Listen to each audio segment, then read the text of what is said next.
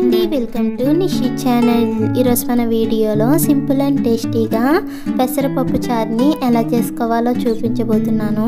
మనకి వేసవి వచ్చిందంటే చాలు ఎక్కువగా చారు, పప్పు చారు, సాంబారు ఇలాంటివి ఎక్కువగా తినాలనిపిస్తూ ఉంటుంది కదా. అది కాక కందిపప్పుతో చేసే పప్పు చారు కంటే కూడా ఇలా పెసరపప్పుతో చేసే పప్పు చారు ఒంటికి చలవ చేస్తుంది, అలాగే చాలా రుచిగా కమ్మగా కూడా ఉంటుంది. మరి ఆలస్యం చేయకుండా సింపుల్ అండ్ హెల్తీగా పెసరపప్పు చారుని ఎలా చేసుకోవాలో చూద్దాం. ముందుగా పెసరపప్పు ఉడికించడానికి కుక్కర్ ప్యాన్ తీసుకుని 1 కప్పు వరకు పెసరపప్పును వేసుకోవాలి. ఇక్కడ నేను కుక్కర్లో ఉడికిస్తున్నాను కదా, అదే మీరు విడిగా గిన్నెలో ఉడికిస్తే కనుక పెసరపప్పుని అరగంట ముందు నానబెట్టుకుని ఆ తర్వాత ఉడికిస్తే త్వరగా ఉడుకుతుంది. ఇలా పెసరపప్పుని వేసాక నీళ్ళని వేసుకుని 2 సార్లు బాగా కడిగి తీసుకోవాలి. ఇలా కడిగాక ఏ కప్పుతో అయితే పెసరపప్పును తీసుకున్నామో అదే కప్పుతో 2 నుంచి 2.5 కప్పుల వరకు నీళ్ళని వేసుకోవాలి. మనం ఇలా కొలుచుకుని వేసుకోవడం వల్ల కుక్కర్ విసిల్ వేసేటప్పుడు నీళ్ళు పైకి పొంగిపోకుండా ఉంటుంది. ఇలా 2 కప్పులన్నర వరకు నీళ్ళని వేసాక 1/2 టేబుల్ స్పూన్ వరకు ఉప్పు వేసుకుని, అలాగే 1/2 టేబుల్ స్పూన్ పసుపు, 1 టేబుల్ స్పూన్ ఆయిల్ కూడా వేసుకుని కుక్కర్ మూత పెట్టి 2-3 విసిల్లు వచ్చేంత వరకు ఉడికించుకోవాలి.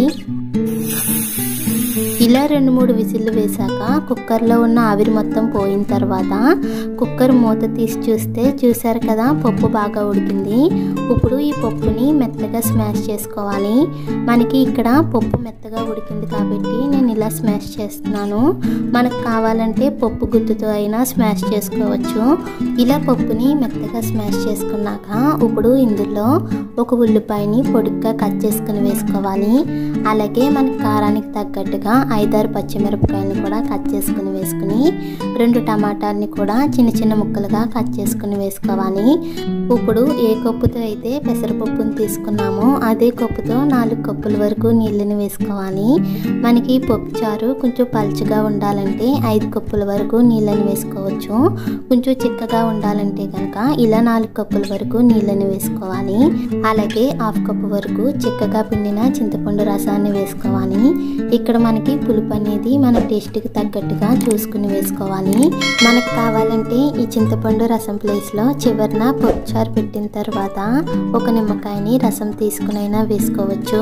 ఇలా చింతపండు రసాన్ని వేసిన తర్వాత ఒకసారి మొత్తం అంతా కూడా కలిసేలా అడుగు నుంచి బాగా కలుపుకోవాలి. మనం ఇలా ఉల్లిపాయలు పచ్చిమిరపకాయ ముక్కల్ని ఇప్పుడు వేయడం వల్ల మనకి పప్పు చారు టేస్ట్ అనేది బాగుంటుంది. అదే పప్పు ఉడికించుకునేటప్పుడు వేసామంటే ఆ పప్పుతో బలంగా ఈ ఉల్లిపాయ ముక్కలు కూడా మెత్తగా అయిపోతాయి. అందుకని అలా కాకుండా పప్పు చారుని ఎలాగా 5-6 నిమిషాల పాటు మరిగించుకుంటాం కదా, అప్పుడు ఈ ఉల్లిపాయలు పచ్చిమిరకాయలు అన్నీ కూడా బాగా ఉడికి మనకి టేస్ట్ అనేది బాగుంటుంది. ఇలా మొత్తం కలిసిన తర్వాత ఈ కుక్కర్ని గ్యాస్ పై పెట్టి ఈ పప్పు చారుని బాగా మరిగించుకోవాలి. ఇలా పప్పు చారు మరగడం స్టార్ట్ అయ్యేటప్పుడు రుచి సరిపడినంత ఉప్పుని వేసుకోవాలి. మనం ముందు పప్పు ఉడికించుకునేటప్పుడు కొంచెం ఉప్పు వేసుకున్నాం కదా, ఇప్పుడు చూసుకుని వేసుకోవాలి. అలాగే సన్నగా తరిగిన కొత్తిమీరని కూడా వేసుకుని ఒకసారి మొత్తం అంతా కలిపి బాగా మరిగించుకోవాలి. మనకి పప్పు చారులో వేసిన ఉల్లిపాయలు టమాటాలు సాఫ్ట్గా అయ్యేంత వరకు మంటను మీడియం ఫ్లేమ్లో పెట్టి 7-8 నిమిషాల పాటు బాగా మరిగించుకోవాలి. అలాగే పప్పు చారు మరిగించుకునేటప్పుడు పెసరపప్పు అడుగు నుండి పోయి మనకి మాడిపోయినట్టుగా అయిపోతుంది. అందుకని అలా కాకుండా మధ్య మధ్యలో అడుగు నుంచి కలుపుకుంటూ బాగా మరిగించుకోవాలి. ఇలా 7-8 నిమిషాల పాటు మరిగేసరికి మనకి పప్పు చారు మరీ పలుచగా కాకుండా మరీ చిక్కగా కాకుండా ఇలా మీడియంగా ఉంటుంది. అదే మీకు ఇంకా పలుచగా కావాలంటే మరికొన్ని నీళ్ళను ఎక్కువగా వేసుకోవాలి. ఇలా మరిగించుకున్నాక ఈ పప్పు చారులోకి పోపు పెట్టుకోవడం కోసం మరొక స్టవ్ పై ప్యాన్ పెట్టి 2 టేబుల్ స్పూన్ వరకు ఆయిల్ వేసుకోవాలి.